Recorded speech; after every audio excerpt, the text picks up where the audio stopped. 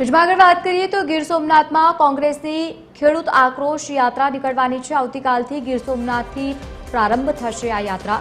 સોમનાથથી પ્રારંભ થશે અને સૌરાષ્ટ્રના 11 જિલ્લામાં ફરશે આ યાત્રાનું દ્વારકામાં સમાપન કરવામાં આવશે। યાત્રામાં કોંગ્રેસના દિગ્ગજ નેતાઓ પણ જોડાવાના છે।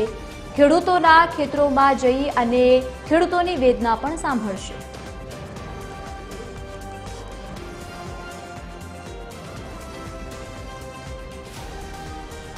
તો આવતીકાલથી ગીર સોમનાથમાં યાત્રાનો પ્રારંભ થવા જઈ રહ્યો છે, જેમાં મોટાભાગના કોંગ્રેસના દિગ્ગજ નેતાઓ પણ ઉપસ્થિત જોવા મળશે, એટલે કે મોટાભાગના નેતાઓ જોડાવાના છે અને ત્યારબાદ ખેડૂતોની વેદના પણ સાંભળશે। યાત્રાનું દ્વારકામાં સમાપન થશે અને જે યાત્રા નીકળવાની છે તે સૌરાષ્ટ્રના 11 જિલ્લામાં પણ ફરશે અને આ દરમિયાન તમામ ખેડૂતો સાથે પણ મુલાકાત કરવામાં આવી શકે છે, કારણ કે રાજ્યભરમાં મોટાભાગના ખેડૂતોને ખૂબ જ વધારે પ્રશ્નો થઈ છે અને એ પ્રશ્નોને લઈને ખેડૂતો ખૂબ જ નારાજ પણ જોવા મળી રહ્યા છે। તો બીજી તરફ હવે ખેડૂતને લઈને આજે યાત્રા નીકળવાની છે। સૌરાષ્ટ્રના 11 જિલ્લાઓમાં તેઓ ફરવાની છે। ગીર સોમનાથમાં કોંગ્રેસની આ ખેડૂત આક્રોશ યાત્રા જે નીકળશે તેમાં મોટાભાગના દિગ્ગજ નેતાઓ કોંગ્રેસના આ યાત્રામાં જોડાવાના છે। આવતીકાલથી આ યાત્રાનો પ્રારંભ થવા જઈ રહ્યો છે અને સૌરાષ્ટ્રના જે 11 જિલ્લાઓ છે મોટાભાગમાં તેમાં પણ આવરી લેવામાં આવશે।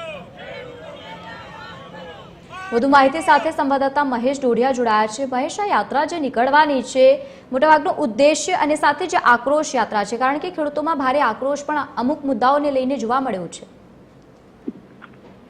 જે લવલી ચોક્કસથી વાત કરવામાં આવે તો ગીર સોમનાથમાં આવતીકાલથી જે કોંગ્રેસની ખેડૂત આક્રોશ યાત્રા છે તેમની પ્રારંભ થવા જઈ રહ્યો છે। ત્યારે ખાસ કરીને વાત કરવામાં આવે તો જે કમોસમી વરસાદ પડ્યો છે ને ખેડૂતોને જે ભારે નુકસાન થયું છે, ત્યારે જે કોંગ્રેસ દ્વારા છે તે યાત્રા છે તે કાઢવામાં આવશે અને આ યાત્રા સૌરાષ્ટ્રના 11 જિલ્લાઓમાં ફરશે અને જે ખેડૂતોના ખેતરે જઈને ખેડૂતોની જે મુલાકાત છે તે કરવામાં આવશે અને ખાસ કરીને વાત કરવામાં આવે તો દેવા માફી સહિતના જે મુદ્દાઓ છે તેમાં તે માટે જે આ યાત્રાનો છે તે પ્રારંભ છે તે કરવામાં આવ્યો છે અને કોંગ્રેસની આ યાત્રામાં કોંગ્રેસના દિગ્ગજ નેતાઓ પણ છે તે જોડાશે। ત્યારે જે આ યાત્રા છે તે આવતીકાલે સોમનાથથી તેમનો છે તે પ્રારંભ છે તે થવા જઈ રહ્યો છે। જી બિલકુલ, આભાર સમગ્ર માહિતી સાથે જોડાવા બદલ। તો ખેડૂતોના ખેતરોમાં જઈ અને ત્યારબાદ મુલાકાત પણ કરવાના છે મોટાભાગના નેતાઓ।